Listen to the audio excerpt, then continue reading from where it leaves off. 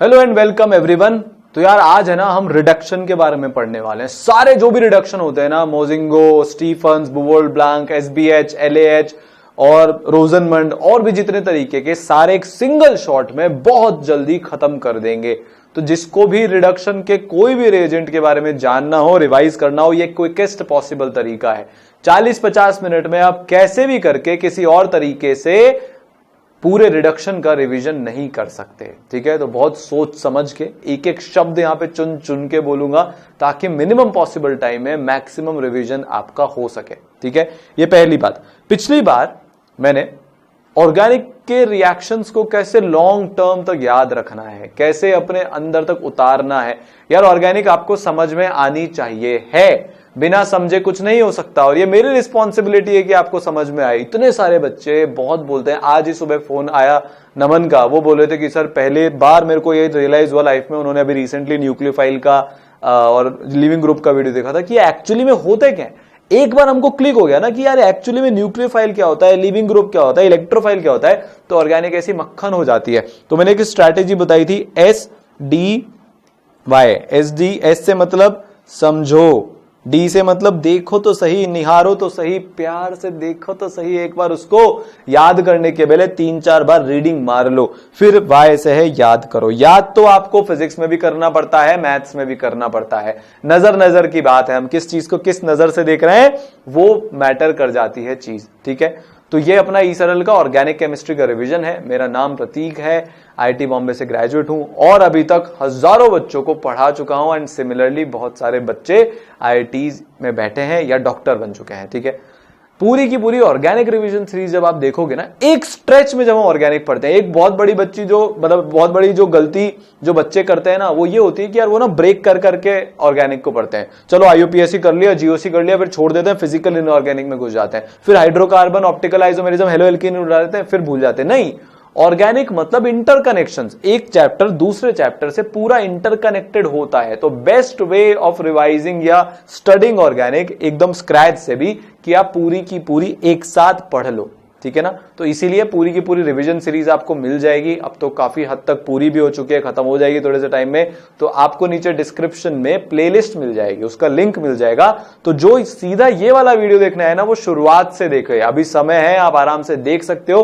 तो पूरा यूज उठाने के लिए शुरुआत से देखना। ठीक है, अब अगर आपको फिजिक्स का रिवीजन करना हो तो आप क्या करोगे, आप सारांश गुप्ता सर जो ई सरल में फिजिक्स पढ़ाते हैं, जिनकी ऑल इंडिया रैंक 41 थी आईआईटी में, और बच्चे ऐसा बोलते हैं कि फिजिक्स उनसे पढ़ने के बाद वो फिजिक्स के दीवाने हो जाते हैं, उन्होंने पूरी फिजिक्स का रिवीजन करवा रखा है। उसकी भी आपको जो प्लेलिस्ट है, उसका जो डिस्क्रिप्शन में लिंक मिलने वाला है, वो ब्रह्मास्त्र है यार फिजिक्स का। आप चाहे नीट के बच्चे हो, नीट के बच्चों को इतनी प्रॉब्लम आती है फिजिक्स में, क्योंकि यार वो मैथमेटिक्स में वो टूल उनके लिए नॉर्मल नेचुरल नहीं रह पाता ना, 2 साल 3 साल हो जाते हैं, तो वो दिक्कत की चीज होती है। सिमिलरली जेई में भी फिजिक्स है बड़ा आसान सब्जेक्ट, पर वो समहाउ टफ हो जाता है। सारांश सर उसको बहुत इजी कर देंगे। उनकी जेई मेंस में ऑल इंडिया रैंक 71 थी और एलएन में उन्होंने काफी सालों तक हजारों बच्चों को पढ़ाया है, और उनके तो हजारों बच्चे आज आईआईटीएन बन चुके हैं और अब तो डॉक्टर भी बन रहे हैं। ठीक है, आपको मैथ्स पढ़नी हो, आप ई सरल के ऐप इंस्टॉल कर सकते हो। एनके गुप्ता सर, ये पूरी एक ई सरल की टीम है जिसको हम महाबलिदानी टीम बोलते हैं। एनके सर ने अपनी एलएन की करोड़ों की जॉब छोड़ के ई सरल चालू किया। क्यों? क्योंकि यार और बच्चे देश के कोने कोने में अगर हम घर पे बच्चों को पढ़ा सके। अभी सब लोग लॉकडाउन में अपने घर पे हैं, आप ये वीडियो देख के अपने ऑर्गेनिक के जो फंडे हैं वो काफी लेवल तक क्लियर कर पा रहे हो। यही एनके गुप्ता सर का विजन है।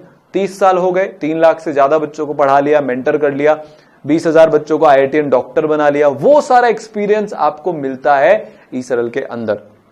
ठीक है, पूरा एक सिस्टम बनाने के लिए, एक एकेडमिक्स को टेक के साथ मर्ज करा के फोड़ने के लिए, है ना, ताकि ये एकदम पर्सनलाइज हो जाए। ई सरल की टीम में अर्पित माहेश्वरी सर भी हैं, इनके तो क्या कहने। All India rank 2 JEE Advanced में इनकी आई थी, all India rank 7 JEE Mains में आई थी, Indian physics olympiad gold medalist. तो ये इंडिया की बेस्ट एकेडमिक टीम है, हाईएस्ट क्वालिफाइड एकेडमिक टीम है, चाहे वो खुद के रिजल्ट को लेकर हो या जो उनके पढ़ाए हुए बच्चों के रिजल्ट को लेकर हो। तो यार ई सरल की ऐप इंस्टॉल जरूर करना, प्ले स्टोर से डाउनलोड कर लेना, या आप ऊपर भी क्लिक कर सकते हो जहां पे कि ऐप आपको डायरेक्टली प्ले स्टोर पे आप चले जाओगे और वहां से ऐप इंस्टॉल हो जाएगी। तो चालू करते हैं रिडक्शन।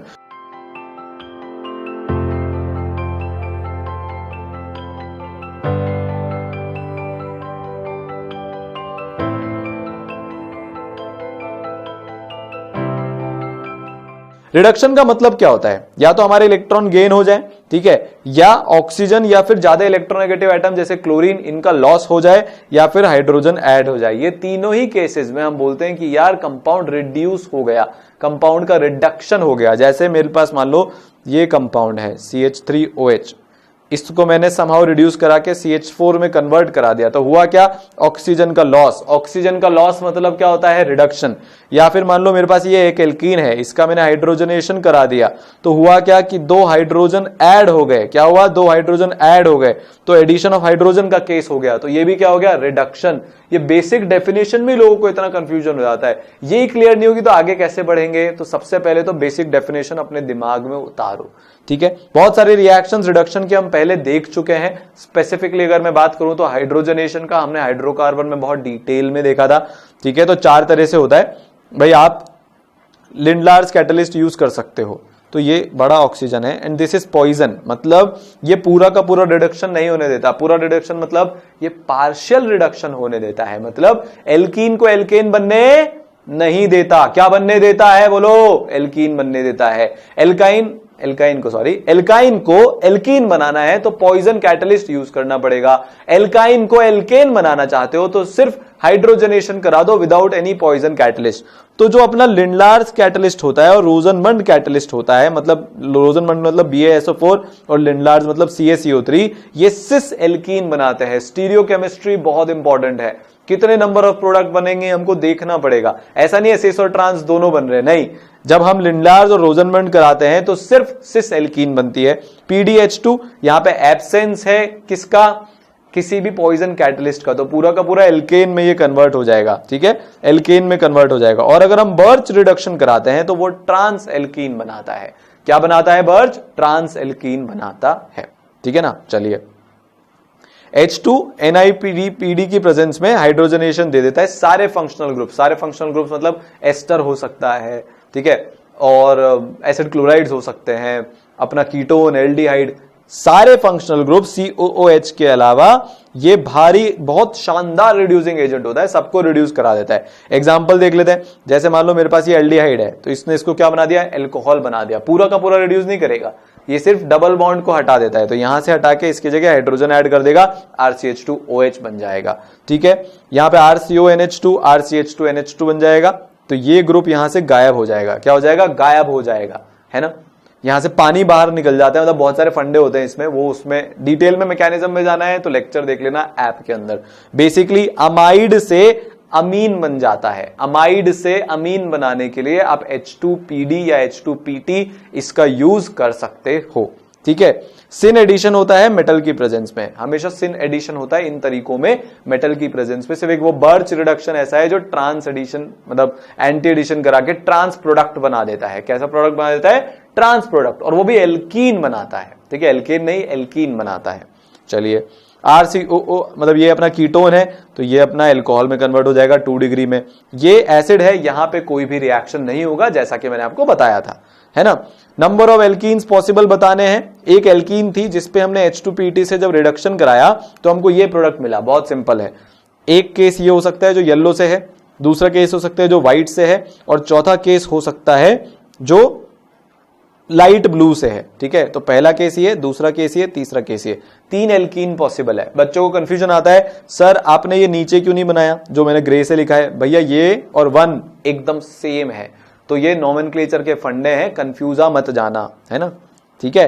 तो 3 पॉसिबल प्रोडक्ट्स हैं, 3 पॉसिबल एल्कीन्स हैं जिनसे ये प्रोडक्ट हमारा बन सकता है। प्रोडक्ट कौन सा था, ये प्रोडक्ट था। तो आंसर कितना हो जाएगा, आंसर विल बी बड़ा 3, ठीक है। चलिए आगे चलते हैं। CHCl3 पे हमने जिंक Ag का रिएक्शन करवाया। यार किस किसने एल्काइन रिवाइज नहीं किया था उसको ये नहीं याद आएगा, जिसने एल्काइन रिवाइज किया था उसको ये पता है कि यहाँ पे क्या होने वाला है। इस रिएक्शन को जब हम कराते हैं तो हमारे पास एक एल्काइन बनता है। क्या बनता है, एसिटाइलिन का फॉर्मेशन हो जाता है।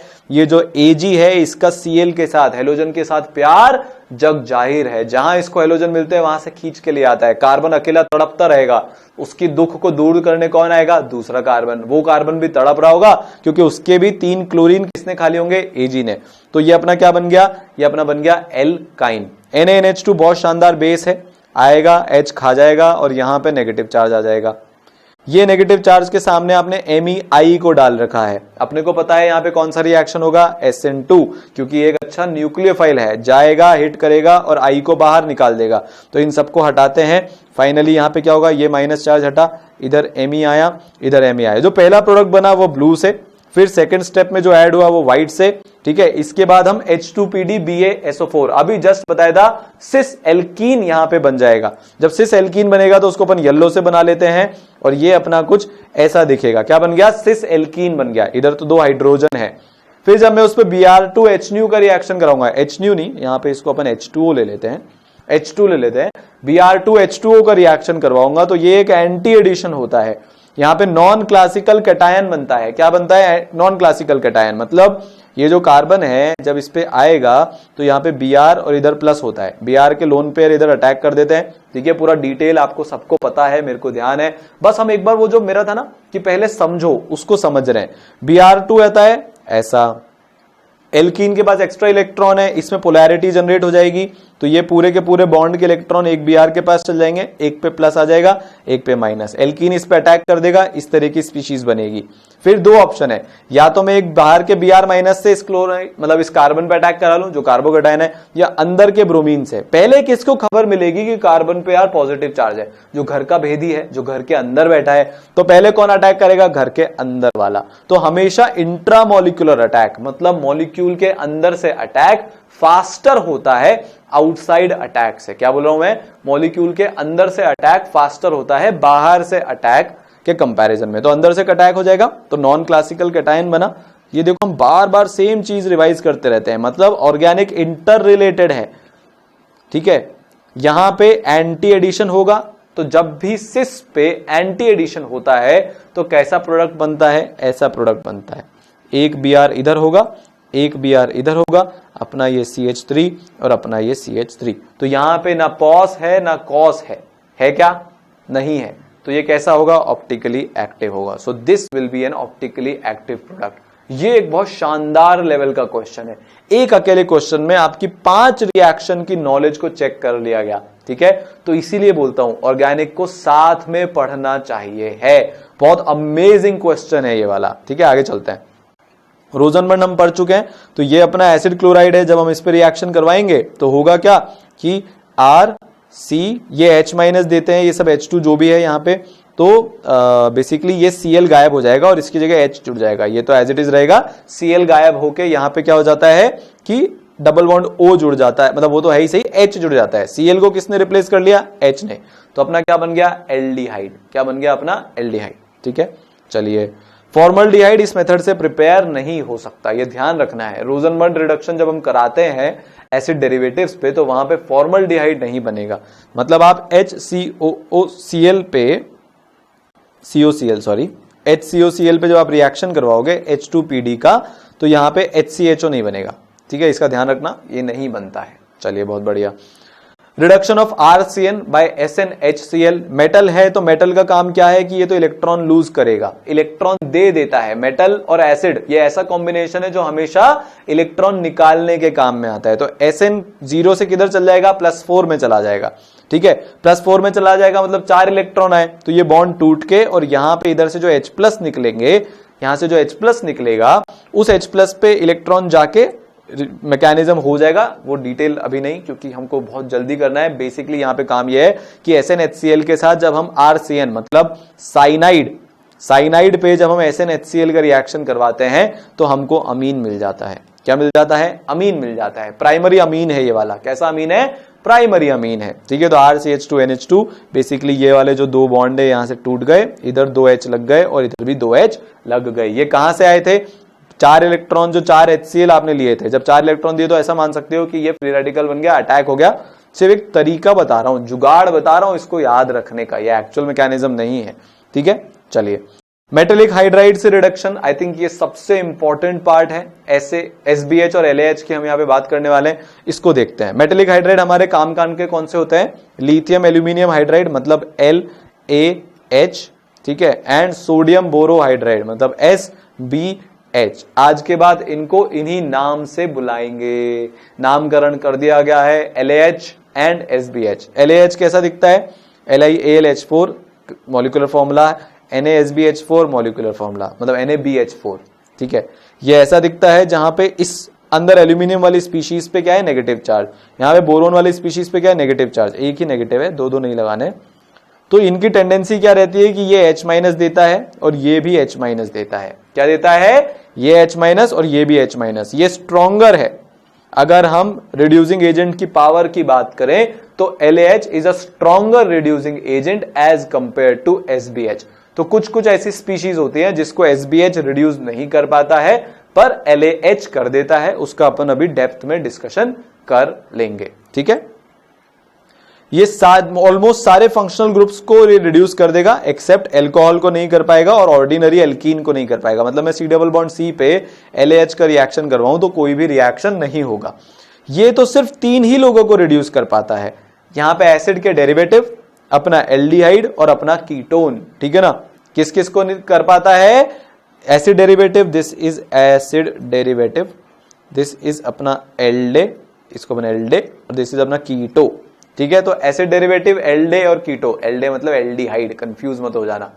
तो SbH सिर्फ 3 लोगों को कर पाता है। अब बच्चे सोचेंगे कि सर ये ऑर्डर क्यों आया, H- है तो वो कहां जाना प्रिफर करेगा, जहां पे डेल्टा प्लस ज्यादा है।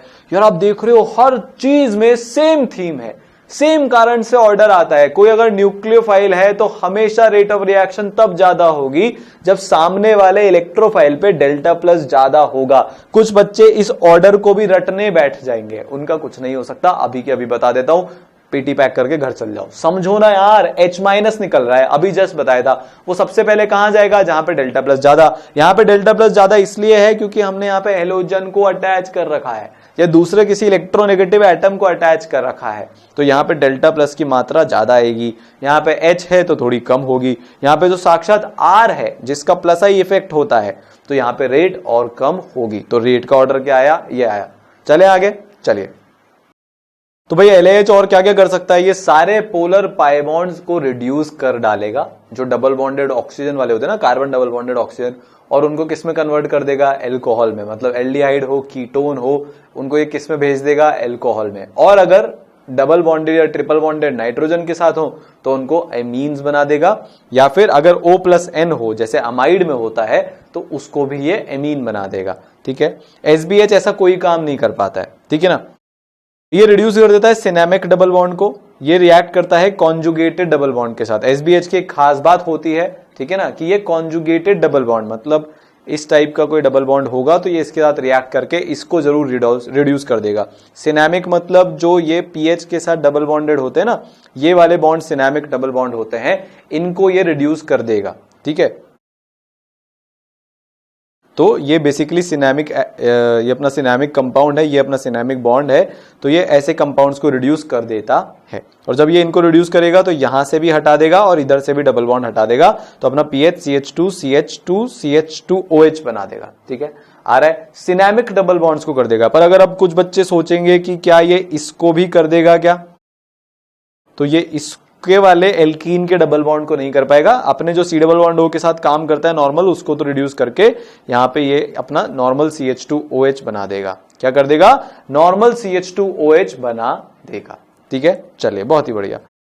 सो बेसिकली जब हम इसका LaH के साथ रिएक्शन करवाएंगे तो क्या होगा कि यहां पे H- आएगा, तो वो H- सबसे पहले तो S से नहीं रिएक्शन कर लेगा, तो Cl के ऊपर H- आके इधर अटैक करेगा, ये बॉन्ड इधर खुलेगा, वापस से नीचे आएगा, Cl बाहर हो जाएगा। सब स्टैंडर्ड मैकेनिज्म्स हैं। फिर उसके बाद दोबारा से रिएक्शन होगा, और ये जो अपना फाइनली कंपाउंड है जो R सेकेंड राउंड में, तो फर्स्ट राउंड ऑफ रिएक्शन में तो ये बनेगा, फिर H- आएगा, इस पर रिएक्शन करेगा और फाइनली बना लेगा एल्कोहल, ठीक है। क्या बना लेगा, एल्कोहल बना लेगा। RCOCl जो मैं मैकेनिज्म बता रहा था कि वो कैसे होता है, वो कुछ मैकेनिज्म इस तरीके से होता है जैसा कि आपको यहां पे दिख रहा है। और हमने H2O क्यों लिया है, ताकि ये जो O- है, नेगेटिव चार्ज लेके तड़प रहा होगा, इसको अपन न्यूट्रल कर दें, ताकि वो जाके इस H2O से H+ खा के अपना RCH2OH एल्कोहल बना डाले, ठीक है। चलिए, RCOCl पे जब हम SbH का रिएक्शन कराएंगे एग्जैक्टली सेम होगा सब कुछ, और अपना यहां पे एल्कोहल बन जाएगा, ठीक है। हमने बोला ही था RCOX को SbH रिड्यूस कर देता है। RCOOR एस्टर है, ये एसबीएच के तो लेवल के बाहर है, तो एसबीएच रिएक्शन नहीं दे सकता। एलएच रिएक्शन देके क्या करेगा भाई, सबसे पहले तो इधर जाएगा, अटैक करेगा, फिर ये ग्रुप बाहर निकलेगा, आरसीएचओ बनेगा, फिर उसको फर्दर रिडक्शन करा के क्या बना देगा, RCH2OH बना देगा। यहां पे कोई रिएक्शन नहीं होगा। ठीक है, चलें आगे। चलिए, यहां पे भी ये एनहाइड्राइड है, सेम होगा, इधर अटैक हुआ, ये ग्रुप बाहर, आरसीएचओ पे फर्दर अटैक एलएच का, क्या बन जाएगा, RCH2OH।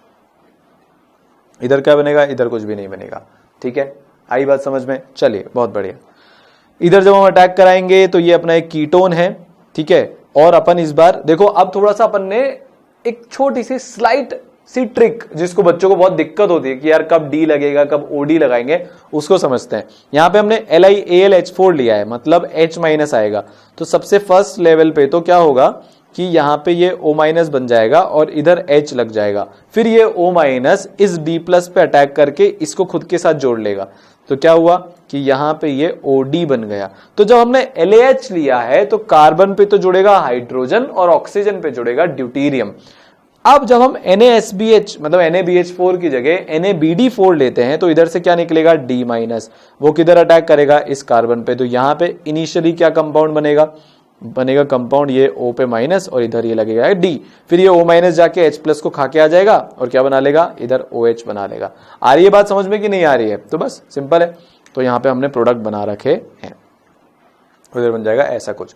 तो एकदम अंधाधुंध काम मत करना, थोड़ा सा दिमाग लगा के फिर काम करना। थोड़ा सा इसलिए बोलो, मैकेनिज्म ध्यान होना चाहिए। वापस से बोलूंगा, समझो, देखो, याद करो, SDY, इसको बार बार बोल बोल के अपनी आत्मा में उतार लो। ठीक है, चलिए आगे चलते हैं। CH3 हमारे पास हमने लिया है, CH डबल बॉन्ड CHCHO। इस पे जब हम क्रोटोन एल्डिहाइड है, हम जब इस पे LH का रिएक्शन करवाएंगे तो ये इस डबल बॉन्ड को तो एज इट इज छोड़ देगा भाई साहब, और इस CHO को CH2OH बना के कन्वर्ट कर देगा। तो आपके पास यहाँ पे क्या बन गया, एक एल्कोहल बन गया। क्या बन गया, एक एल्कोहल बन गया। ठीक है, जिसमें एक डबल बॉन्डेड कार्बन भी है। ठीक है ना। जब पर हम सिनेमल्डिहाइड लेते हैं, मतलब एक सिनेमिक बॉन्ड लेते हैं, सिनेमिक डबल बॉन्ड लेते हैं, तो ये दोनों को रिड्यूस कर देगा, इसको भी और इसको भी, बना लेगा PHCH2CH2CH2OH, जैसा कि हम ऑलरेडी देख चुके हैं। ठीक है, ये काफी इंपॉर्टेंट कंपाउंड है। ये एक अलग सा, थोड़ा सा अलग तरीके से बिहेव करने वाला कंपाउंड है, जिसको कुछ बहुत नटखट लोग एक्सेप्शन बोल देते हैं ताकि लोगों के मन में केमिस्ट्री के प्रति दर्द हो जाए। पता है टॉपर्स का काम होता है, अबे भाई वो तो एक्सेप्शन है तो उसको क्यों याद करेगा, खुद ने तो समझ के कर रखा है। आपको जबरदस्ती डिमोटिवेट कर देंगे कि अबे ये तो एक्सेप्शन है, इसको छोड़, ये तो केमिस्ट्री है, इसमें तो एक्सेप्शन आते ही रहते हैं। उनकी बातों में मत आना, आपके भी उतने नंबर आ सकते हैं केमिस्ट्री में जितने टॉपर के आते हैं। बस ये बात को अपने दिमाग में उतार लेना, कोई एक्सेप्शंस नहीं होते हैं। यार एक बात बताओ, क्रोमियम है साहब, ठीक है, आपकी थ्योरी बोलती है कि उसका जो इलेक्ट्रॉनिक कॉन्फ़िगरेशन है वो 4s2 3d4 होना चाहिए, पर वो बेचारे को लगता है यार, उसको पता है कि मैं 4s1 3d5 रखूंगा तो मेरी स्टेबिलिटी ज्यादा आएगी, तो वो अपनी स्टेबिलिटी के पीछे जाए कि आपकी थ्योरी के पीछे जाए? आप ही जानो और ऊपर वाला जाने, मैं तो क्या है, मैं तो कौन ही हूं बोलने वाला। ठीक है, आप समझ ही गए होंगे। अब अपन ने शानदार क्वेश्चन लिया है, ये रिवीजन के अंदर एक ऐसा क्वेश्चन है जो रिवीजन में आपकी बहुत शानदार तरीके से, ऑसम तरीके से मदद कर देगा, हेल्प कर देगा एक सिंगल शॉट में। यहां पे हम क्या कंपेयर कर रहे हैं, हम कंपेयर कर रहे हैं LAH और SBH की पावर। कौन कौन LAH किस किस को रिड्यूस मार देता है और SBH किस किस को करता है। अपने को पता है कि SBH सिर्फ एल्डिहाइड को करेगा, कीटोन को करेगा, एसिड डेरिवेटिव्स को या साइनाइड को नहीं करेगा। LAH इनमें से सबको कर देगा। तो LAH तो क्या करेगा, इसको अमीन बना देगा, इसको अल्कोहल बना देगा, इसको अल्कोहल बना देगा और इसको भी अल्कोहल बना देगा। तो आपको इधर अमीन और बाकी तीनों जगह अल्कोहल मिल जाएंगे। SBH क्या करेगा, सबको छोड़ देगा और इनको पकड़ लेगा, एल्डिहाइड और कीटोन को, और इनको अल्कोहल और इसको भी अल्कोहल बना देगा। CN और COOET आपके एग्जैक्टली एज इट इज रहने वाले हैं। ठीक है, चलिए, ये भी एक बहुत अच्छा क्वेश्चन है जहां पे हम मल्टीपल रिएजेंट्स यूज कर रहे हैं। सबसे पहले हमने ये कंपाउंड लिया है जहां पे Br वेज पर है। जब हम इसका KCN के साथ रिएक्शन करवाते हैं, मतलब CN माइनस जो है वो इसको अटैक करेगा SN2, ठीक है, तो वो इसको डैश पर लेके आ जाएगा। ठीक है ना, किस पे लेके आ जाएगा, डैश पर। तो हमारा क्या कंपाउंड बन गया, P तो जो है हमने इससे चालू किया था, P क्या हो गया, CN मतलब साइनाइड यहां पे जुड़ा हुआ है डैश पोजीशन पर। MEMGBr मतलब क्या है ये अपना एक ग्रिगनार्ड रिएजेंट है। यहां पे ये फिर से SN2 की रिएक्शन करेगा। क्या करेगा? ये फिर से SN2 की रिएक्शन करेगा। ठीक है, तो होगा क्या कि इस वाले कार्बन पे अटैक होगा। किस कार्बन पे अटैक होगा? अब बच्चे ना कंफ्यूज हो जाते हैं कि सर हम ये वाले कार्बन पे अटैक करवाएं कि हम इस वाले कार्बन पे अटैक कराएं। भैया डेल्टा प्लस कहां पे ज्यादा है? साइनाइड वाले कार्बन पर डेल्टा प्लस ज्यादा है। ये इसीलिए बोल रहा था इतना प्यारा क्वेश्चन है। आप अंधाधुंध तरीके से इधर वाले कार्बन पे अटैक करा देंगे CH3 माइनस का, नहीं, वापिस से सेम बात। इलेक्ट्रोनेगेटिव का न्यूक्लियोफाइल जो है, न्यूक्लियोफाइल कहां जाएगा? जहां पे पॉजिटिव चार्ज ज्यादा है। पॉजिटिव चार्ज कहां पे ज्यादा है? साइनाइड वाले कार्बन पे ज्यादा है, तो वो वहां पे जाएगा। उसके बाद आप इस पर्टिकुलर स्पीशीज का इसका आप हाइड्रोलिसिस करा दोगे तो आपका COCH3 बन जाएगा। तो हमारा ये कंपाउंड तो क्या बन गया? CH3। LAH साइनाइड को रिड्यूस मार देगा CH2NH2 में।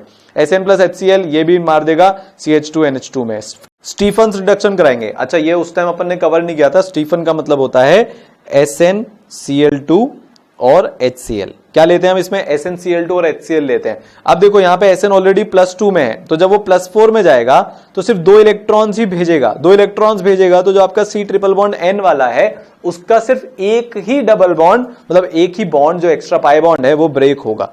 ठीक है, तो पार्शियल रिडक्शन अगर आपको कराना है साइनाइड का तो आप स्टीफन रिडक्शन कराते हैं, मतलब आप SnCl2 HCl के साथ रिएक्शन करवाते हैं। पूरा करवाना है तो Sn प्लस HCl के साथ रिएक्शन करवाते हैं। और फिर हमने हाइड्रोलिसिस करा लिया स्पीशीज का, तो ये यहां से हटेगा और इसकी जगह O ऐड हो जाएगा, तो अपना यहां पे CHO बन गया। क्या बन गया? CHO बन गया। आ रही बात समझ में? तो इसमें एक हमने नई चीज सीख ली, स्टीफन रिडक्शन। क्या सीख लिया हमने? स्टीफन रिडक्शन हमने यहां पे सीख लिया। ठीक है, चलें आगे। आया क्वेश्चन समझ में? काफी प्यारा सा क्वेश्चन है। चलिए, अब एक होता है डाइबल एच। मैंने ये हिरण यहां पे क्यों लगाया है अभी बताता हूं। जब आप डाइबल एच को ध्यान से देखोगे तो ये इसके सींग है। क्या है भाई? डाइबल एच कौन सा रिड्यूसिंग एजेंट होता है? जिसके सींग होते हैं। अच्छा, इसको डाइबल एच क्यों बोला जाता है? ये डाई का डी, ये आई, जो डाइबल का आई, डाइबल का बी, डाइबल का ए और डाइबल का एल भी छोटा सा यहां पे, और ये डाइबल का H। तो डाइबल H मतलब डाई आइसोब्यूटाइल एल्यूमिनियम हाइड्राइड। तो ये जो सींग है ना, ये कौन से हैं? ये आइसोब्यूटाइल ग्रुप जो है वो सींग है। तो वो जैसे हिरण के सींग होते हैं वैसे ही डाइबल H के भी सींग निकले होते हैं। ये वाला जो H है ये भाई साहब H- बन के यहां से बाहर जाएंगे। तो ये एक माइल्ड रिड्यूसिंग एजेंट होता है। ये क्या होता है? एक माइल्ड रिड्यूसिंग एजेंट होता है ना, स्पेसिफिक रिड्यूसिंग एजेंट होता है। ये पार्शियल रिडक्शन कराने के काम आता है साइनाइड और एसिड डेरिवेटिव्स के। जैसे स्टीफन रिडक्शन में हमने SnCl2 HCl लिया था, वैसे ये एक माइल्ड रिड्यूसिंग एजेंट होता है, माइल्ड आरए। कैसा होता है? ये माइल्ड आरए होता है और स्पेसिफिकली कुछ कुछ जगह पर काम आता है। जैसे मैं साइनाइड का पार्शियल रिडक्शन करवाना चाहूं या फिर मैं एसिड डेरिवेटिव का पार्शियल रिडक्शन कराना चाहूं। ठीक है ना, यह एसिड डेरिवेटिव है, मैं चाहता ही नहीं हूं कि इस डबल बॉन्ड के साथ कुछ हो, मैं तो चाहता हूं कि ये अपना एल्डिहाइड में कन्वर्ट हो जाए। तो मैं कौन सा रिएक्शन करवाऊंगा? मैं यहां पे डाइबल H के साथ रिएक्शन करवाऊंगा। अगर मैं LAH ले लेता तो वो इस कंपाउंड को RCH2OH में कन्वर्ट मार देता। किस में कन्वर्ट मार देता? RCH2OH। बट आई वांट कि एल्डिहाइड ही रहे या कीटोन ही रहे, तो मैं क्या करूंगा? तो मैं ये करूंगा कि मैं डाइबल H यूज करूंगा। What will I use? I will use DIBAL H। Hexane के साथ -78 डिग्री सेल्सियस पर H2O की प्रेजेंस में हम इसको यूज करते हैं। ठीक है, कम टेम्परेचर पे यूज करते हैं क्योंकि हमको उसकी रिएक्टिविटी को वैसे भी कम रखना है ताकि 100% रिडक्शन ना हो, पार्शियल रिडक्शन हो। ठीक है, चलिए आपको इसके लिए मैकेनिज्म बताना है कि इसको हम कैसे करते हैं। तो भाई डाइबल H है, सबसे पहले क्या करेगा? पार्शियल रिडक्शन करा देगा इस पर्टिकुलर कंपाउंड में। ठीक है, फिर H3O प्लस से ये अपना H ले आएगा, इमीन बना देगा और इमीन बनाने के बाद फिर से वापस से अटैक होगा। एक कंपाउंड पे NH और OH होंगे, वो बाहर निकल जाएगा। फाइनली आपके पास क्या स्पीशीज बन जाएगी? ये स्पीशीज बन जाएगी हाइड्रोलिसिस होने के बाद। ठीक है, इसका डिटेल में हम जब नाइट्रोजन कंटेनिंग कंपाउंड्स पढ़ेंगे एक बार वहां पे भी देखेंगे कि यार इसका हाइड्रोलिसिस कैसे किया जाता है। पर जब हम इमीन का हाइड्रोलिसिस कराते हैं तो हमारे को एल्डे मिल जाता है, मतलब एल्डिहाइड। क्या मिल जाता है? एल्डिहाइड मिल जाता है। ठीक है, और साथ में अमोनिया बाबा, गंदी सी स्मेल आएगी, सी गंदी। ठीक है, चलिए बहुत बढ़िया। बुवोल्ड प्लैंक रिडक्शन, इसमें आप Na प्लस ETOH लेते हैं, मतलब मेटल प्लस एसिड, इसका मतलब निकलेंगे बहुत सारे इलेक्ट्रॉन और निकलेगा H2। H2 गैस यहां से निकलने वाली है। मेटल प्लस एसिड जब भी हम लेते हैं तो क्या निकलता है, H2 गैस। H2 गैस जाएगी, इसको रिड्यूस मार देगी किसमें, एल्कोहल में। सिंपल है। तो बुवोल्ड ब्लैंक का बहुत चर्चा होते हैं मार्केट में, सिंपल सा रिएक्शन है। नवी कक्षा में ये तो पढ़ लिया था कि मेटल प्लस एसिड मतलब H2 हो गया, H2 यहां से इवॉल्व होगी, H2 रिड्यूस कर देगी किसको, एल्डिहाइड को, किसमें, एल्कोहल में। ठीक है, चलिए बहुत बढ़िया। CH3CN Na+ETOH, वापस से बहुत सारी H2 निकलेगी, कंप्लीट रिडक्शन हो जाएगा और बन जाएगा CH3CH2NH2। क्या बन जाएगा, अमीन बन जाएगा, किससे, साइनाइड से। ठीक है। कार्बोनिल कंपाउंड्स टू एल्केन, इसका जब हम रिडक्शन करते हैं तो अब बहुत इंपॉर्टेंट रिडक्शन हम देखने वाले हैं। क्या क्या देखने वाले हैं, देखो सबसे पहले तो वोल्फ किश्नर, फिर क्लेमेंसन, फिर red phosphorus plus HI, very strong reducing agent. ये जो अपना रेड फॉस्फोरस प्लस HI होता है ये एक बहुत स्ट्रॉन्ग रिड्यूसिंग एजेंट होता है। और Mozingo reduction, this is for partial protection. अभी बताऊंगा ये प्रोटेक्शन का मतलब क्या है, किसको प्रोटेक्ट कर रहे हैं हम, किससे प्रोटेक्ट कर रहे हैं। तो ये काफी एक इंटरेस्टिंग दौर में आ गया है हमारे ये रिवीजन लेक्चर, आप इसको ऐसे समझ सकते हो।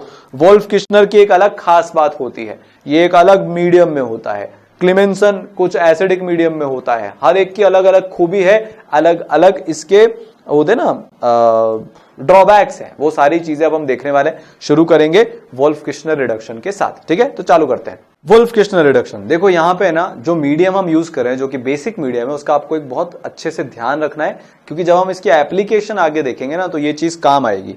जब एक कीटोन या एल्डिहाइड को हम हीट करते हैं, ये कीटोन और एल्डिहाइड के रिडक्शन के लिए स्पेसिफिकली बात हो रही है। एक बेसिक सॉल्यूशन में हाइड्रोजन आपने पढ़ा था NH2 उसके साथ, तो जो कार्बोनिल ग्रुप है वो मिथाइलिन ग्रुप में कन्वर्ट हो जाता है और इस प्रोसेस को डीऑक्सीजनेशन बोला जाता है। इनका काम होता है ऑक्सीजन को खाना। क्या काम होता है इनका, ऑक्सीजन को खा जाते हैं। ये क्या करते हैं, ऑक्सीजन को खा जाते हैं। आ रहा है कि नहीं आ रहा है समझ में, ये क्या करेंगे, ये ऑक्सीजन को खा जाएंगे। बहुत ही बढ़िया। ठीक है, तो अभी इसके लिए सिर्फ इतना सही कि आप क्या करते हो कि एल्डिहाइड या कीटोन को बेसिकली एल्केन में भेज देते हो। अभी तक हम क्या कर रहे थे, एल्कोहल में भेज पा रहे थे। हम चाहते हैं कि CH3CHO से डायरेक्टली CH4 बन जाए। उसके लिए वोल्फ किश्नर, अपना क्लेमेंसन, मोजिंगो, रेड फॉस्फोरस HI, ये सारे काम आते हैं। कुछ कुछ तो आपके मन में भी सवाल आए होंगे कि सर आप तो बार बार एल्कोहल बना रहे हो, हम एल्केन बनाना चाहते हैं तो क्या करें। तो अब ये चारों रिडक्शन आप करवाओ। ठीक है, जब हम NH2 इसके साथ हीट करते हैं तो हमारा पहले ये कंपाउंड बनता है। ये आपको ऑलरेडी पता है, ये कार्बोनिल कंपाउंड के रिवीजन लेक्चर में बता चुका हूं। ठीक है, फिर जब हम इस पे फर्दर रिएक्शन करवाते हैं, स्ट्रॉन्ग जो बेस या न्यूक्लियोफाइल है उनका, और हीट करते हैं, तो ये यहां से इसका एक H+ खा जाते हैं, ऐसा हो जाता है। फिर उसके बाद ये क्या करता है भाई, रेजोनेंस कर लेता है। क्यों, क्योंकि हमको जो अटैक कराना है वो किससे कराऊं, N पे माइनस की कार्बन पे माइनस। वही सेम खिचड़ी बार बार पकती रहती है ऑर्गेनिक में, सर कार्बन पे माइनस से कराओ। इसका अटैक हम पानी पे करा देते हैं तो यहाँ पे एक H आ जाता है, फिर OH माइनस आता है, फिर एक और हाइड्रोजन खा जाता है नाइट्रोजन के पास से। ठीक है, इस बार हाइड्रोजन खाना और इजी है क्योंकि नाइट्रोजन की इलेक्ट्रोनेगेटिविटी बढ़ चुकी है, क्योंकि वो डबल बॉन्डेड हो चुका है, तो वो आराम से हाइड्रोजन खा के जाएगा। जैसे ही फिर इसको दुख हुआ कि यार ये मेरे साथ क्या हो गया, फिर ये इसके साथ ऐसा अजीब सा बिहेव करेगा, ये बॉन्ड को इधर डाल के यहाँ पे नेगेटिव चार्ज ले आएगा, हाइड्रोजन को खा जाएगा ये यहाँ से निकाल के। ठीक है, तो क्या बन जाएगा, ट्रिपल बॉन्डेड। और एक बार जैसे ही नाइट्रोजन ट्रिपल बॉन्डेड बना, वो N2 बन के उड़ जाता है। क्या हो जाता है, N2 बन के उड़ जाता है। पीछे क्या रह जाता है, ये स्पीशीज। फिर आपने और H2O दे रखा है, वो फाइनली खा के एल्केन बना लेता है। इतना सिंपल सा इसका मैकेनिज्म है। ठीक है, आगे चलते हैं। नेक्स्ट है क्लेमेंसन। इसके सवाल करेंगे, क्लेमेंसन से कंपैरिजन भी करेंगे। चिंता मत करना कि बस इतना सा पढ़ा दे, नहीं, सवाल होंगे, पर एक बार दोनों को साथ में पढ़ लेंगे ना तो एक फील आ जाएगी। क्लेमेंसन की बात क्या होती है अलग, कि ये एक एसिडिक मीडियम में रिडक्शन कराता है। किसमें कराता है, एसिडिक मीडियम में। वोल्फ किश्नर में क्या था, बेसिक मीडियम था। यहाँ पे क्या है, एसिडिक मीडियम है। Carbonyl group of aldehyde and ketone to methylene groups, amalgamated zinc लेते हैं हम यहाँ पे, और कॉन्सेंट्रेटेड हाइड्रोक्लोरिक एसिड लेते हैं। मतलब काफी अच्छा एसिडिक मीडियम है। कॉन्सेंट्रेटेड HCl क्योंकि हमने लिया हुआ है। तो होता क्या है कि जैसे मान लो आपने ये लिया है, ठीक है, COCH3 को आपने ZnHgHCl, ये अमलगमेटेड जिंक है। अमलगम का नाम जब भी आएगा तो मर्क्यूरी प्रेजेंट होगा। सो जिंक Hg और HCl सोल्यूशन में, तो ये ऑक्सीजन को खा जाएंगे और मतलब बेसिकली CH3 बना देंगे। ये पूरा ग्रुप यहां से हटके 3 हाइड्रोजन यहाँ पे अटैच हो जाएंगे और क्या बन जाएगा आपके पास, ये तो कार्बन है ही सही, इस कार्बन को 1 बोल देते हैं, इस कार्बन को 2 बोल देते हैं। तो ये तो 1 वाला कार्बन हो गया और ये 2 वाला कार्बन हो गया। सो बेसिकली बीच में से क्या गायब हो गया, ऑक्सीजन गायब हो गया। तो जैसे वोल्फ किश्नर दुश्मन है ऑक्सीजन का, वैसे ही क्लेमेंसन भी दुश्मन है ऑक्सीजन का। क्लेमेंसन का रिएजेंट क्या होता है? ZnHgHCl। ठीक है, चले आगे चलते हैं।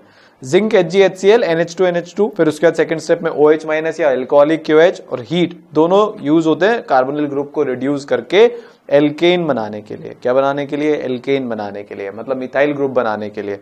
ठीक है, एसिड एंड देयर डेरिवेटिव्स इससे रिड्यूस नहीं होते। ये स्पेसिफिकली किसके लिए होता है? ये एल्डिहाइड और कीटोन के लिए होता है। अभी हमने पीछे कीटोन देखा था, ठीक है ना, हमने क्या देखा था?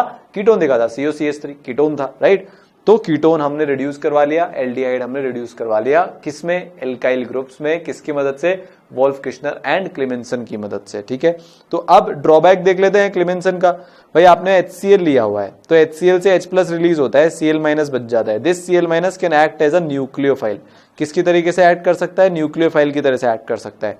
OH, OR, कीटल, एसिटल या C+C प्रेजेंट हुए अगर मॉलिक्यूल में, तो वो जो क्लेमेंसन के रिएजेंट्स हैं जैसे H+ और Cl-, उनके साथ रिड्यूस, मतलब उनके साथ रिएक्शन कर लेते हैं। तो जब भी कोई और ग्रुप ऐसा प्रेजेंट हो जहां पे H+ या Cl- रिएक्ट कर सकता है, वो से वाले केसेस में हम वोल्फ किश्नर को यूज करते हैं। तो एक आध दो एग्जांपल आपको बता देता हूं। ये इसका ड्रॉबैक है, क्लेमेंसन का बहुत बड़ा ड्रॉबैक है कि इसमें जो रिएजेंट्स इन्वॉल्व हैं रिएक्शन के अंदर, वो दूसरे ग्रुप्स के साथ भी रिएक्शन कर लेते हैं। ठीक है ना, जैसे अपने पास ये है, इस केस में तो कोई दिक्कत ही नहीं है, H+ और Cl- इसके साथ रिएक्ट नहीं करेंगे। तो चाहे आप क्लेमेंसन कराओ, Cr मतलब क्लेमेंसन, WKr मतलब वोल्फ किश्नर, दोनों केस में सेम प्रोडक्ट बनेगा। ये ऑक्सीजन यहां से निकल जाएगा और अपना टोलू, ये टोलू ही नहीं है, ये तो 1-मिथाइल साइक्लोहेक्सेन है। ये क्या है? 1-मिथाइल साइक्लोहेक्सेन। टोलुइन तो जब होता जब बीच में एक गोला होता। ठीक है, ये 1-मिथाइल साइक्लोहेक्सेन है। इसके बाद आप इसके साथ भी रिएक्शन करवाओगे तो क्या होगा कि वुल्फ किश्नर रिएक्शन जब हम कराएंगे तो ये बनेगा। अगर मान लो हम इसकी जगह क्लेमेंसन रिएक्शन करवा देते तो वो H+ इधर जाता, इसके पास ये ग्रुप पूरा बाहर निकल जाता और इधर अपना Cl अटैच हो जाता। क्या अटैच हो जाता? Cl अटैच हो जाता। यही हम एग्जांपल अगले उसमें देखेंगे। तो क्या अटैच हो गया? Cl अटैच हो गया। कैसे? ये ग्रुप H2O+ बन के बाहर निकला, ठीक है, यहां पे पॉजिटिव चार्ज आया, Cl- भी आजू बाजू घूम ही रहा होगा, वो अटैक करके इधर जुड़ जाएगा। ठीक है, तो क्या रिएक्शन हो गया? ये क्लेमेंसन रिएक्शन। तो रिडक्शन तो हो गया, पर यहां पे हमारे को एक Cl भी साथ में मिल गया जो हम नहीं चाहते। तो बेटर क्या है? वोल्फ किश्नर यूज करना। ठीक है ना, चलिए तो चलो एक शानदार क्वेश्चन करते हैं। काफी सारी चीजें आपके यहाँ पे रिवाइज हो जाएगी, करेक्ट हो जाएगी, जो अगर कुछ कंफ्यूजन बचोगे। हमको इस कंपाउंड से इस कंपाउंड तक जाना है, तो डिसाइड करना है कि कौन सा रिड्यूसिंग एजेंट यूज करें। मान लो मैं ZnHgHCl यूज करता हूं, तो आपको पता है ये OH रिप्लेस होकर Cl बन जाएगा, तो ये तो मेरा गया। मैं LAH यूज करता हूं, तो LAH के साथ क्या इशू है? LAH के साथ इशू ये है कि वो इस डबल बॉन्डेड ऑक्सीजन को OH में कन्वर्ट कर पाएगा, पूरा का पूरा ऑक्सीजन यहां से नहीं हटा पाएगा। LAH ऑक्सीजन का दुश्मन नहीं है, वो पाई बॉन्ड का दुश्मन है। किसका दुश्मन है? पाई बॉन्ड का दुश्मन है। तो वो पाई बॉन्ड हटा देगा पर ऑक्सीजन को नहीं हटा पाएगा, तो ये भी गया। ठीक है, मैं NiH2 यूज करता हूं, तो वो तो जाके इस वाले पाई बॉन्ड को भी अटैक करके इसको भी हटा देगा और यहां पे H और H जोड़ देगा, तो ये भी गया। बचा क्या? Wolff Kishner. तो वोल्फ किश्नर रिएक्शन या रिडक्शन बेस्ट पॉसिबल मैकेनिज्म है इस प्रोडक्ट से, इस रिएक्टेंट से इस प्रोडक्ट पे जाने का। चलिए बहुत बढ़िया। जब हम इस पे क्लेमेंसन का रिडक्शन कराएंगे तो ये ग्रुप रिड्यूस हो जाएगा। दोनों केस में COOH रिडक्शन नहीं होता, दोनों केस में प्रोडक्ट सेम आएगा। ठीक है, चलिए यहां पे हम करेंगे, तो जब हम क्लेमेंसन रिडक्शन करेंगे तो ये ग्रुप एज इट इज बिना छेड़े हुए रह जाएगा, क्योंकि यहां पे हम एसिडिक मीडियम यूज कर रहे हैं, इस ग्रुप पे कोई फर्क नहीं पड़ेगा। पर जब हम वोल्फ किश्नर यूज करेंगे तो यहां पे हम एक बहुत ही शानदार बेस यूज करते हैं, NH क्या लिख रहा हूं मैं यहां पे, बहुत ही शानदार बेस यूज करते हैं विच इज OH- और हीट भी लेके रखते हैं। ये रहने के कारण यहां पे E1CB मैकेनिज्म हो जाता है। क्या हो जाता है? E1CB मैकेनिज्म, मतलब इधर से हाइड्रोजन को खा लिया जाएगा, नेगेटिव चार्ज आएगा जो इधर अटैक करके इस ग्रुप को, जो अपना NMe3 ग्रुप है, उसको बाहर निकाल देगा। तो यहां पे एक डबल बॉन्ड भी आ जाएगा कुछ इस तरीके से। तो ये इंपॉर्टेंट है वोल्फ किश्नर में, क्योंकि हमने बहुत स्ट्रॉन्ग बेस लिया है हीट के साथ, तो E1CB होने का डर हमेशा रहता है। ये कौन है? पुअर लिविंग ग्रुप है, this is a poor leaving group, PLG। तो यहां पे क्या हो जाएगा? E1CB। जोश जोश में सिर्फ इसको हटा मत देना, ये भी देखना साथ में कौन प्रेजेंट है। ठीक है, चलिए आगे चलते हैं। अब डायोल्स के साथ अगर हम रिएक्शन देखें, हम मोजिंगो की तरफ आगे बढ़ चुके हैं, तो हम जब सी डबल बॉन्ड O का डायोल के साथ रिएक्शन करवाते हैं तो कुछ इस तरीके का कंपाउंड बन जाता है। किस तरीके का? इस तरीके का कंपाउंड बन जाता है ड्राई HCl की प्रेजेंस में। फिर जब हम इस पे H+H2O मतलब इसका हाइड्रोलिसिस करा देते हैं तो वापस से हमको कीटोन मिल जाता है। पहले आपने OH के साथ ये एक ग्लाइकोलिक स्पीशीज के साथ रिएक्शन करवाया अपने कार्बोनिल ग्रुप का, तो इस पर्टिकुलर कंपाउंड में कन्वर्ट हो गया। फिर दोबारा से हमने इसका हाइड्रोलिसिस करा दिया तो ओरिजिनल जहां से चालू किया था वो चीज हमको मिल गई। तो सर आप ये क्या करा रहे हो? A से B गए, फिर B से A आ गए, ये हमको क्यों बता रहे हो? अभी समझ में आएगा। सेम काम जब हम SHSH लेंगे तो सेम काम होगा, ये कंपाउंड बन जाएगा। फिर मैं इसका हाइड्रोलिसिस करा लूंगा तो दोबारा से मेरे को C डबल बॉन्ड O मिल जाएगा। तो इसका यूज क्या है? चलो देखते हैं। मोजिंगो रिडक्शन। मोजिंगो रिडक्शन में हम क्या करते हैं कि हम ये लेते हैं, ठीक है, थायोल। क्या लेते हैं? थायोल हम लेते हैं, जिससे ये स्पीशीज बन जाती है। इस स्पीशीज पे हम NiH2 का अटैक करा देते हैं। NiH2 यहां से बॉन्ड को तोड़ के हाइड्रोजन हाइड्रोजन को अटैच कर देता है और हमको क्या मिल जाता है? डबल बॉन्डेड ऑक्सीजन हट गया और हमको यहाँ पे एल्केन मिल गया। ये जो स्पीशीज है इसको साइक्लिक थायोकीटल बोलते हैं। क्या बोलते हैं? साइक्लिक थायोकीटल। अगर यहाँ पे S की जगह O होता तो साइक्लिक कीटल हो जाता। सल्फर है इसलिए थायो हो गया। ठीक है, बात समझ में आई? तो हमारा वो जो डिस्कशन था कि हमको ज्यादा रिएक्टिव कार्बोनिल ग्रुप को प्रोटेक्ट करना है। अब देखो ये चीज, ये जो स्पीशीज है साइक्लिक थायोकीटल, ये कैसे ब्रह्मास्त्र की तरह से काम करेगी। देखो हमारे पास ये कंपाउंड है, ठीक है, अभी अपने पास ये कंपाउंड है ना, जहां पे कि ये वाला ग्रुप मोर रिएक्टिव है, ऊपर वाला। ऐसा क्यों? मोर रिएक्टिव कौन होगा? जहां पे डेल्टा प्लस की मात्रा ज्यादा होगी। यहां पे इन दो ग्रुप का प्लस आई लग रहा है, तो जो नीचे वाला कार्बोनिल है वो लेस रिएक्टिव हो गया है, तो ऊपर वाला ग्रुप मोर रिएक्टिव है। तो हम इस पे क्या कराएंगे? हम इस पे OH या SHSH के एक इक्विवेलेंट का, दो इक्विवेलेंट लेंगे तो वो नीचे भी जाके अटैक कर लेगा, दोनों जगह अटैक हो जाएगा। आप सिर्फ एक इक्विवेलेंट लोगे तो वो ऊपर वाले ग्रुप के साथ क्या करेगा? वो ऊपर वाले ग्रुप के साथ थायोकीटल या थायो जो भी आप नॉर्मल कीटल बना लेगा, साइक्लिक वाला। फिर आप उस पे क्या करोगे? उस पे आप LAH का अटैक करा दोगे। क्या करोगे? इसके साथ ये कराने के बाद आप LAH का अटैक करा दोगे। देखो स्टेप नंबर वन में हमने स्पीशीज पे OH का अटैक करवाया तो क्या बना अपना? ये तो नीचे तो वाला तो double bonded as it is रहा, ऊपर जो है, ऊपर अपना इस तरह की स्पीशीज बन गई। ठीक है, किस तरह की स्पीशीज बन गई? अपनी इस तरह की कुछ स्पीशीज बन गई। अगर मैंने OH का अटैक करवाया तो ठीक है ना, अपनी कुछ इस तरह की स्पीशीज बन गई। ठीक है, इसके बाद मैं इसका LAH के साथ रिएक्शन करवा रहा हूं। देखो ये है, इसमें ये बना, फिर मैंने LAH का रिएक्शन करवाया तो LAH अब इसको तो रिड्यूस कर नहीं पाएगा। LAH इतना स्ट्रॉन्ग रिड्यूसिंग एजेंट नहीं होता कि वो थायोकीटल या फिर साइक्लिक कीटल को क्या करवा पाए? रिड्यूस करवा पाए। तो इसका रिडक्शन नहीं होगा। ठीक है, किसका रिडक्शन होगा? जो नीचे वाला कार्बोनिल ग्रुप है उसका। फिर आप दोबारा से हाइड्रोलिसिस करा के, आपको बताइए कि इस कंडीशन से साइक्लिक कीटल से दोबारा से कार्बोनिल पे जाने पर हमको क्या कराना पड़ता है? हमको हाइड्रोलिसिस कराना पड़ता है। तो क्या स्टेप हो गई? अगर मैं इसको स्टेप बाय स्टेप लिखूं तो बहुत सिंपल है। स्टेप नंबर 1 में आप जो है अपना डायोल के साथ रिएक्शन करवा लो, डायोल या थायोल के साथ। स्टेप नंबर 2 में आप LAH के साथ रिडक्शन करवा लो उस कार्बोनिल ग्रुप का जिसको एक्चुअली में रिड्यूस करवाना चाहते हो। और स्टेप नंबर 3 में आप एक काम करो कि आप फिर हाइड्रोलिसिस करा लो, ताकि जो आपका साइक्लिक कीटल बना था या साइक्लिक थायोकीटल बना था इस स्टेप में, वो वापस से नॉर्मल कार्बोनिल में कन्वर्ट हो जाए। तो हमारा ये रिएक्टेंट है और ये प्रोडक्ट है।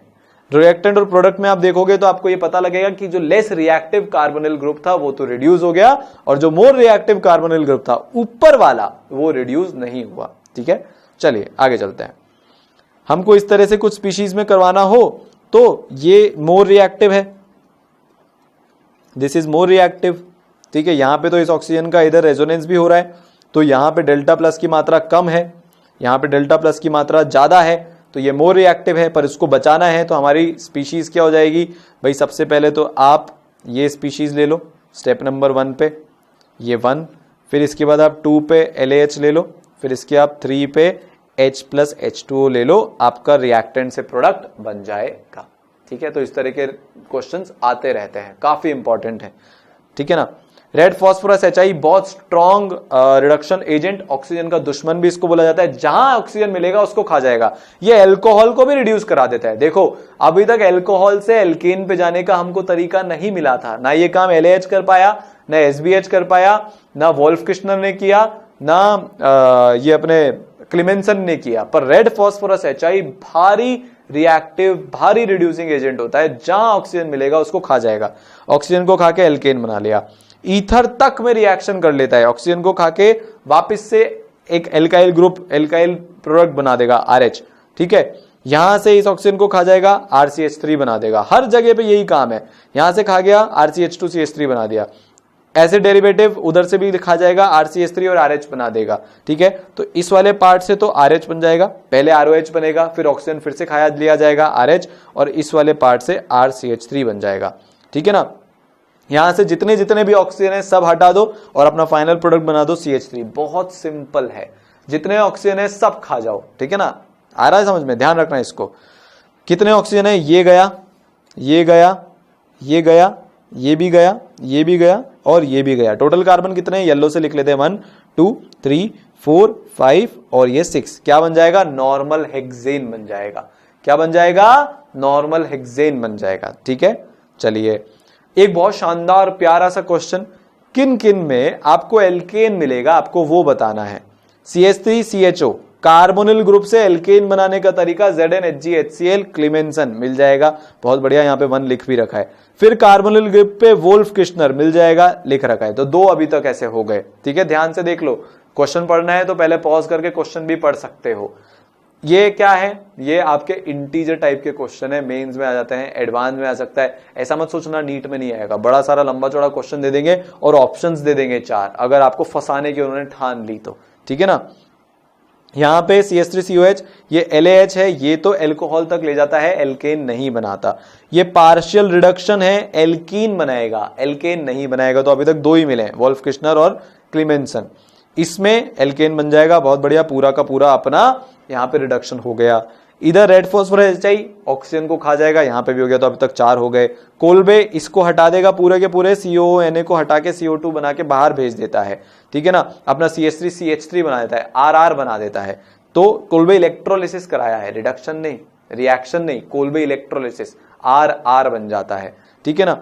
CH3COONA क्या होगा, यहां पे अपना CH4 बना देगा, ठीक है। तो ये भी एल्केन हो गया। ये सोडा लाइम है, सोडा लाइम के साथ जब हम कराते हैं तो ये कोलबेज रिएक्शन है, कोलबे इलेक्ट्रोलिसिस और सोडा लाइम वाला रिएक्शन अलग होता है। सोडा लाइम में तो कार्बन डिग्रेडेशन हो जाता है। कौन सा रिएक्शन होता है ये, डिग्रेडेशन।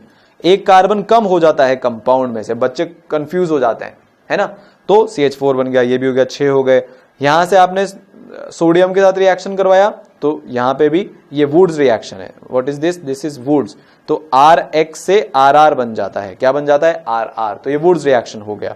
PCl5 ये हट जाएगा, 2 Cl जुड़ेंगे तो ये एल्केन नहीं है। यहां पे हमने क्या किया, मोजिंगो रिडक्शन करा दिया। क्या करा दिया, मोजिंगो रिडक्शन। मोजिंगो रिडक्शन से भी एल्केन बन जाता है, ठीक है। तो यार आज के लेक्चर में हमने बहुत शानदार वाले क्वेश्चंस भी किए, पूरा रिडक्शन एक सिंगल लेक्चर में कंप्लीट कर लिया। ये सिर्फ ई सरल में हो सकता है, थ्योरी भी है, क्वेश्चंस भी है। ऐसी बहुत सारे बच्चों का सपोर्ट मिल रहा है, प्यार मिल रहा है, ऐसे इसको बना के रखे। और जैसा मैं हमेशा बोलता हूं कि पढ़ाई करो, प्रचंड करो, ठीक है ना। तो अपनी पढ़ाई को प्रचंड तरीके से जारी रखना है। जिन बच्चों ने पाप किया है, कौन सा पाप, चैनल को सब्सक्राइब नहीं करने का, वो चैनल को सब्सक्राइब कर लेना अभी के अभी, ठीक है ना। और जो लाइक बटन है उसको तो तोड़ देना, फोड़ देना, ठीक है ना। और अगर आप चाहते हो कि आपको ये रिवीजन सीरीज के नोटिफिकेशन टाइम टू टाइम आते जाएं, तो आप जो है बेल आइकन को भी दबा देना, तो आपके सारे नोटिफिकेशन टाइम टू टाइम पे आते जाएंगे, ठीक है। चलिए, ऑल द बेस्ट, अच्छे से पढ़ते रहिए।